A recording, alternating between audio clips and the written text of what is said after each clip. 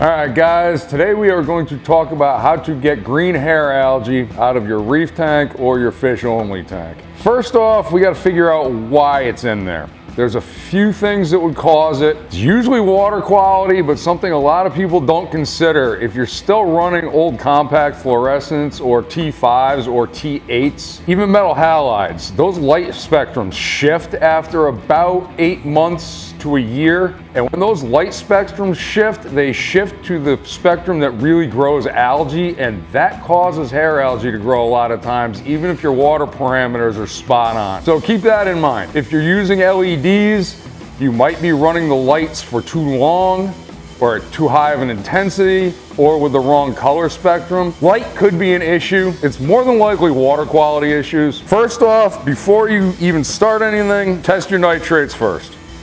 If they're in the 25 or above range, your phosphates are probably pretty high as well. Salifert makes a great nitrate test kit, as does API. There's a ton of good nitrate test kits out there.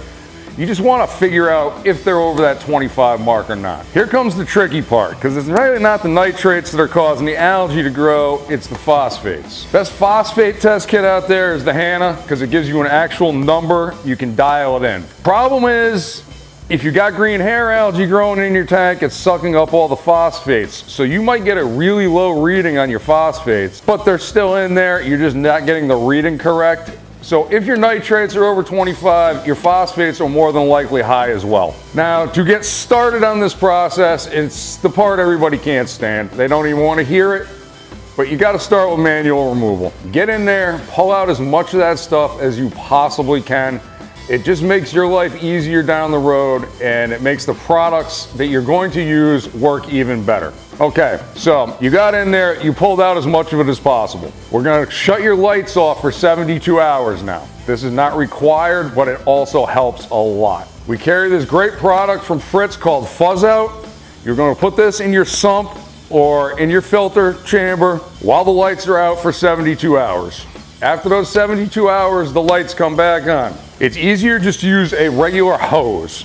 Most of you will probably have the Python.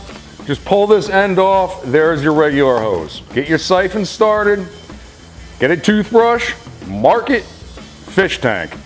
Don't ask me how I know this, but mark it fish tank. Get the siphon started, you go around, the algae is going to not be green anymore. It's going to be a grayish brown to a grayish green color. You just lightly scrub the rocks while you're siphoning. The stuff will come right off, no problem. You're gonna wanna do about a 50% water change while you're doing this. Don't go more than 50, but up to 50 is a good number to go for, because that's also going to reduce your phosphates and your nitrates while you get all this stuff out of your system. Hopefully we figured out why you had the hair algae to begin with. Now is a good time to put in a cleanup crew if you don't already have one. Scarlet reef hermit crabs do a great job of eating hair algae.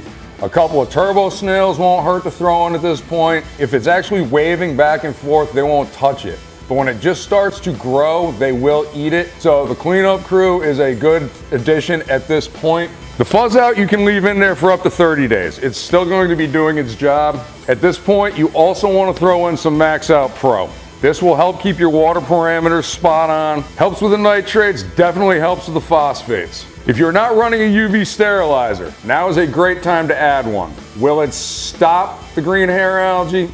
Not so much stop it, but it will stop it from reproducing. It will also keep your water column clean from any algae spores from natural sunlight or anything like this, because now with the time change, a lot of people's tanks are getting more sunlight than they were before. Even filtered sunlight will cause algae issues. It also helps with bacterial blooms and stuff like that. UV sterilizers are a very important part of your system to keep running. That should about cover it for the hair algae. Hope you guys have a good day.